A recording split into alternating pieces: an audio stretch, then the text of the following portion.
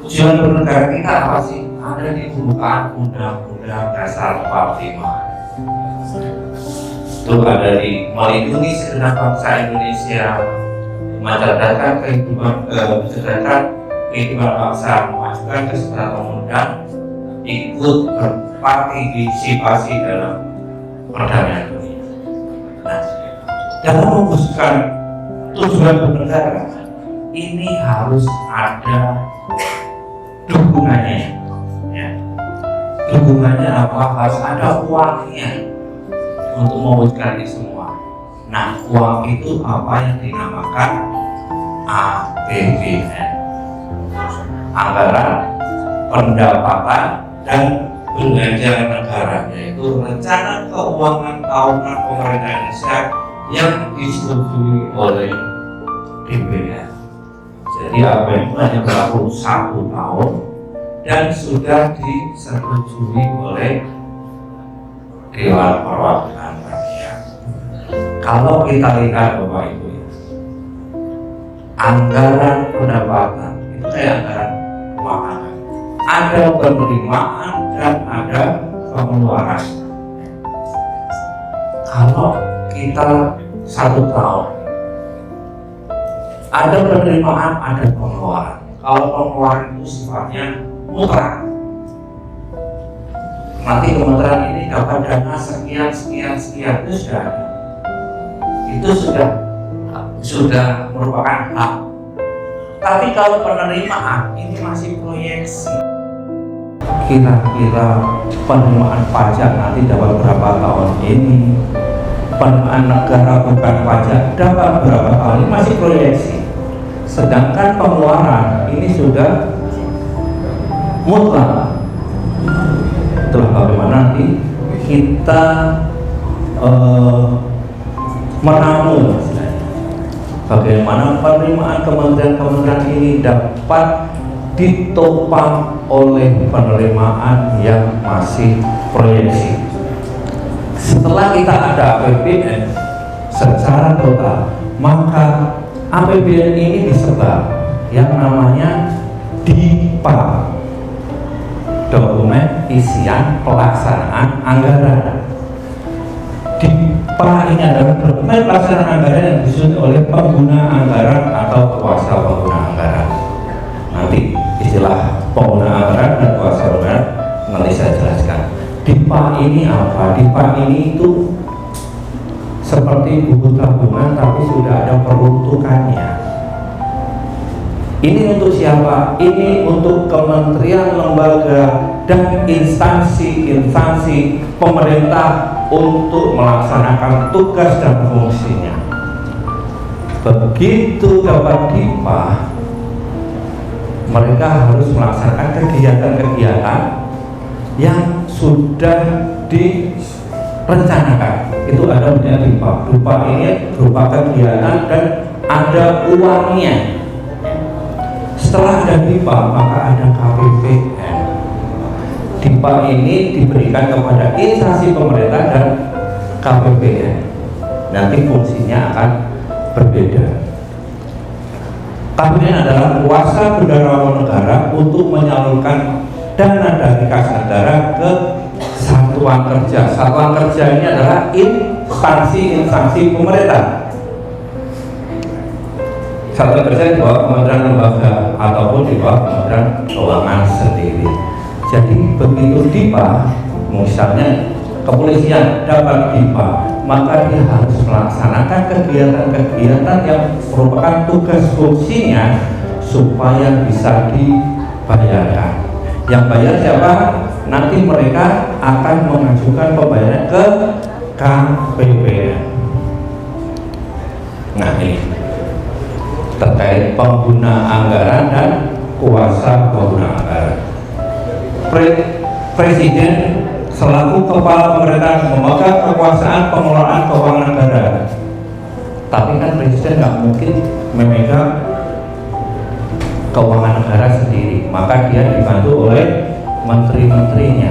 Maka menteri pimpinan lembaga, semua menteri atau pimpinan lembaga adalah merupakan pengguna anggaran. Jadi pengguna anggaran adalah menteri atau ketua lembaga.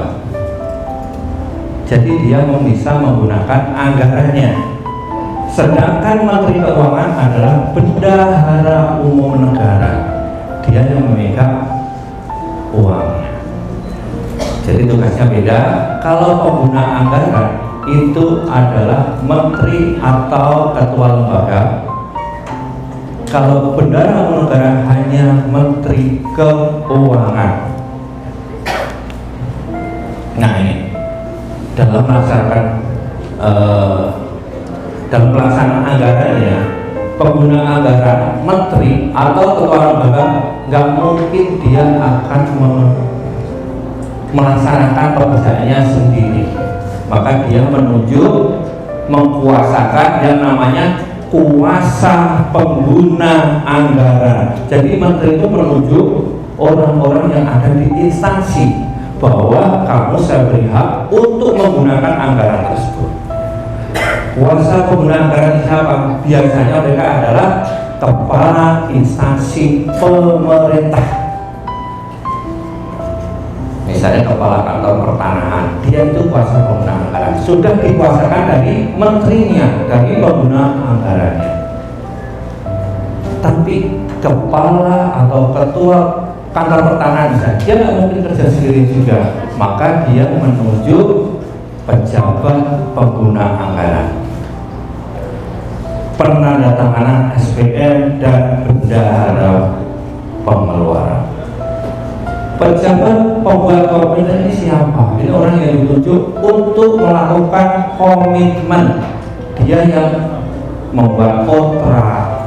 Jadi kalau misalnya salah satu kantor, misalnya dari kantor pertanahan, dia mau membangun gedung, maka sebelum bangun gedung dia harus membuat kontrak dulu. Pejabat pembuat komitmen melakukan kontrak dengan pihak ketiga untuk melaksanakan pembangunan gedung. Kemudian pejabat penandatangan SPM ini siapa?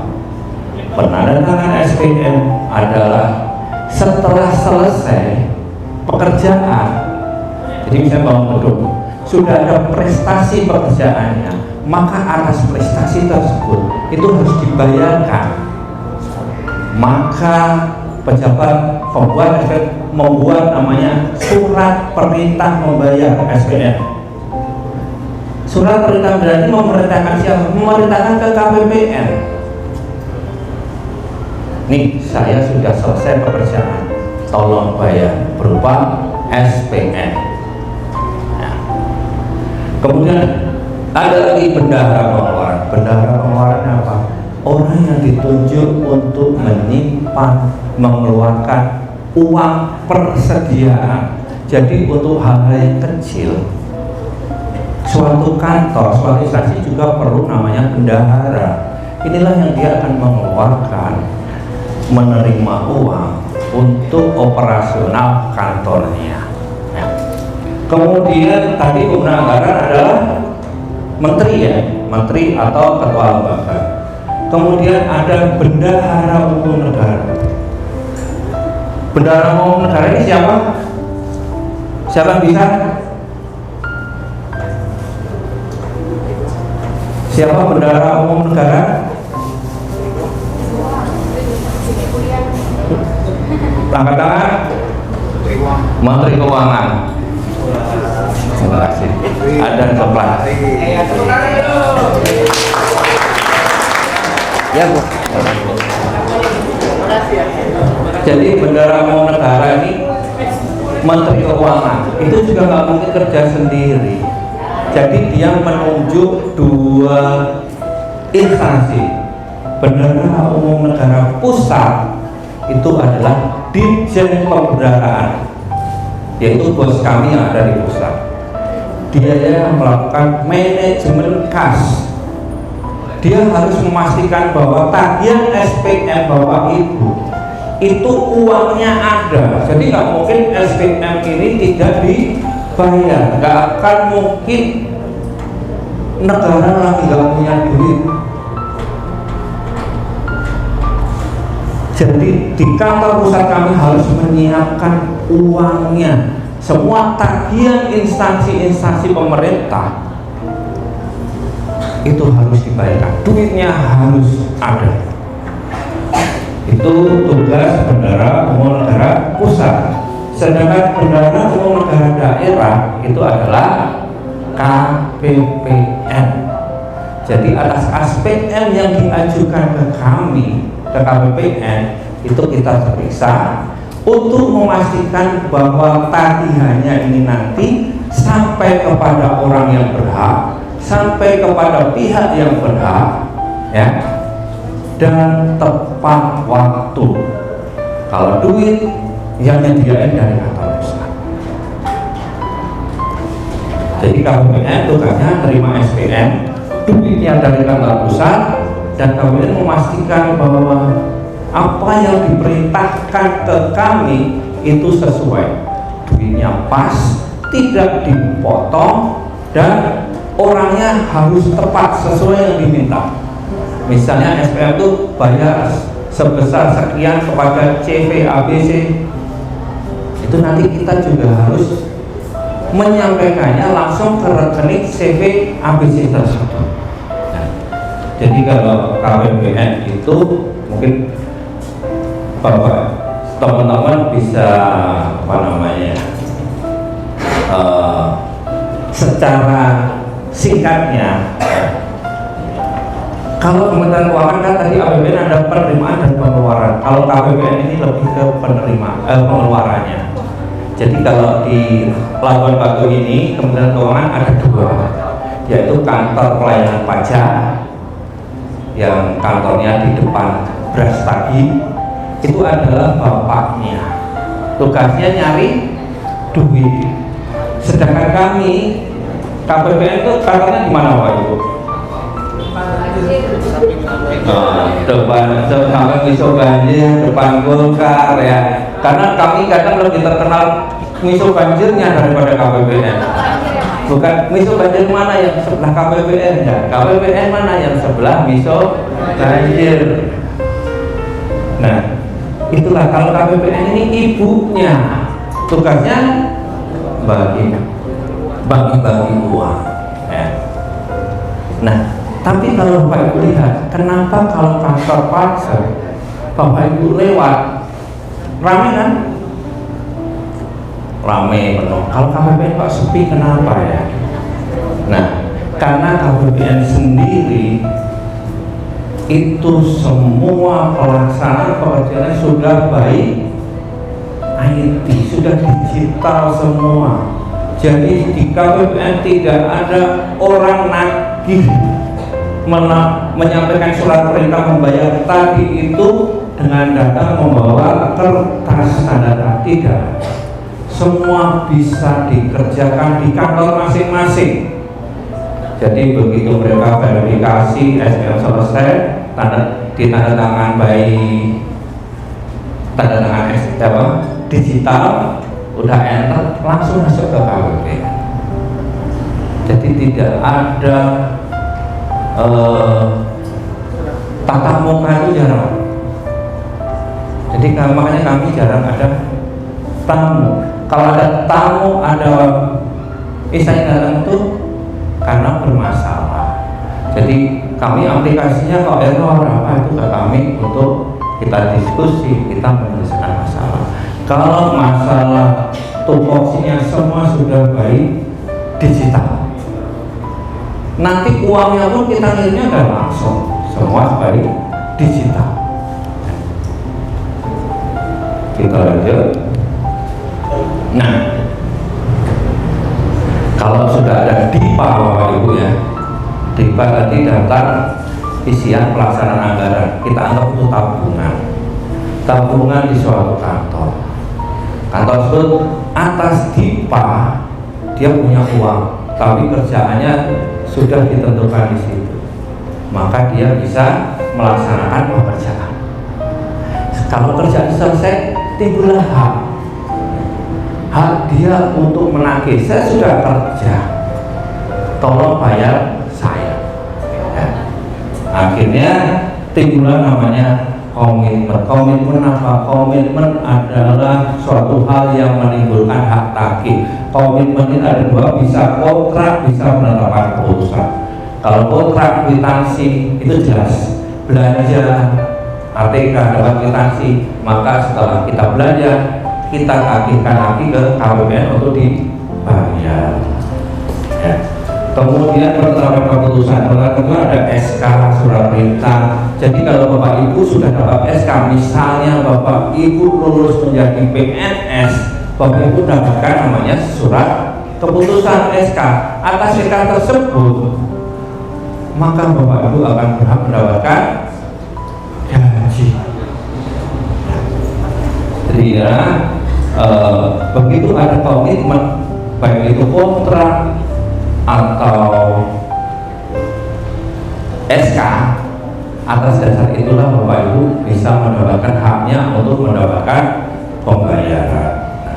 Ini alurnya. Jadi kalau sudah ada komitmen kontrak, maka dia harus kerja. Setelah kerja dan sesuai diverifikasi, maka dia sudah mengajukan tagihan. Setelah mengajukan tagihan, pejabat penandatangan SPM itu mengajukan ke KPPN.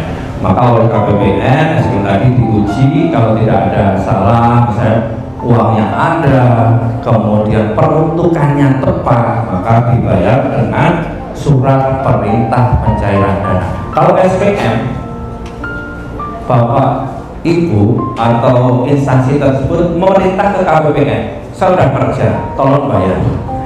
Kalau sudah kita verifikasi dan tepat, KPPN memerintahkan kepada perbankan, nih saya sudah diperintah sama suatu instansi, tolong dong duitnya bayar ke yang bersangkutan. Jadi kita membayar itu atas prestasi dari instansi-instansi pemerintah yang punya pipa dan sudah melaksanakan prestasinya.